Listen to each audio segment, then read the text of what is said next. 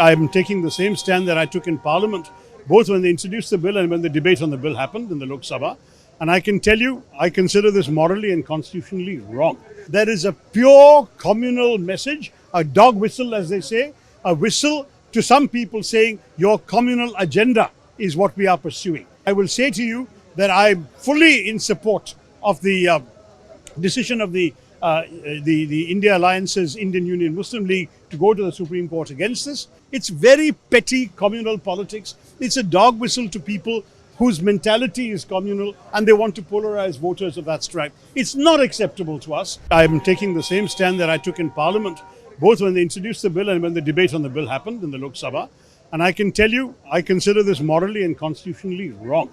Because the basis on which partition occurred was one country saying that religion is the basis of their nationhood, and they went off and created Pakistan. And Mahatma Gandhi onwards, all our other leaders, Jawaharlal Nehru, Maulana Azad, Dr. Ambedkar said, no, religion will not be the basis of our nationhood. Our nationhood is about, our struggle for freedom was for everyone, and the constitution and the nation we create will be for everyone. On that basis, we created a constitution which you cannot discriminate against people because of their religion or their caste, their color, their language, whatever. If you're a citizen of India, you have the same rights. This is the first time that into the principle of citizenship, you are finding a law being brought in that actually discriminates by excluding people of one particular faith. The rule is very simple. Anyone who has come to this country before the 31st of December 2014, who has sought refuge in this country from a neighboring country where they fear persecution, is eligible for citizenship. That's all that needed to be in the law. There was no need to specify which religions are eligible and thereby exclude people of only one religion. There is a pure communal message, a dog whistle, as they say, a whistle to some people saying your communal agenda is what we are pursuing. That is unacceptable to us. It is clearly timed 4 years after the passage of the bill, just for their benefit in these elections. And I will say to you that I'm fully in support of the decision of the India Alliance's Indian Union Muslim League to go to the Supreme Court against this. And I must say, if the India Alliance and the Congress Party come to power, we will withdraw this provision in the law. Beyond any shadow of a doubt, it's going to be in our manifesto. We will not support introducing religion into our citizenship and into our nation's life. This is wrong, and we certainly should not tolerate it in the interest of our country.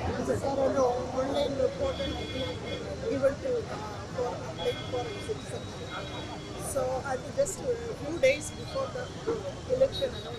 Oh, it's definitely connected to the election, no doubt about that. This is all in order to get a certain polarization of the electorate and to show that Muslims are somehow to be treated differently in our country. And I don't think that's acceptable to those of us who care for India and who are proud of India's unity and India's pluralism. The whole idea about India is that it doesn't matter what your religion is. You can be a good Muslim, a good Bengali, and a good Indian all at the same time.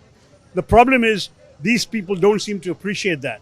Here in Kerala, we have a long and respectable tradition of honoring and welcoming people of other faiths. The Jews came here 500 years before the birth of Christ. They were welcomed. The Christians came here. Muslims came as traders and merchants. We've had everyone welcomed. Everyone has lived harmoniously in coexistence in Kerala. We cannot possibly accept any rule that leaves out people of one religion. It's not acceptable to us. The Chief Minister has said that this will not be implemented in the state and we have passed a resolution. Yeah, I'm a little puzzled by that because I'm not aware of any pending cases in the state. This is not a matter for the state, it's a matter for the Home Ministry in the central government. Those who have arrived before 2014 have applied for asylum. They've normally had to go through a very long wait, partially because India does not have a refugee and asylum law, which I have been clamoring for the last 15 years. But anyway, they've been a long wait. Under the CAA, there will be fast-track citizenship for those who've been seeking refuge from neighboring countries. That's a very good principle. Those who are fleeing the neighboring countries, who fear persecution there, on any grounds, should be given asylum in our country. And I would have welcomed this law. But the moment you say people of one religion are excluded, what does that mean? You are basically leaving out people who may also desire to become Indian because of persecution. What about a Taslima Nasreen? What about a Dawood Haider? What about people who have come from Pakistan who may have been born Muslim but who have rejected that country and who have been persecuted in that country? Why should they be left out? The whole point is, in our country, we do not discriminate on the basis of religion. Afghan Muslims have come here. Are we now going to leave them out? What is this? What kind of politics is this? It's very petty communal politics. It's a dog whistle to people whose mentality is communal and they want to polarize voters of that stripe. It's not acceptable to us, and we have every intention of withdrawing this law in this form as soon as we get elected and come to power.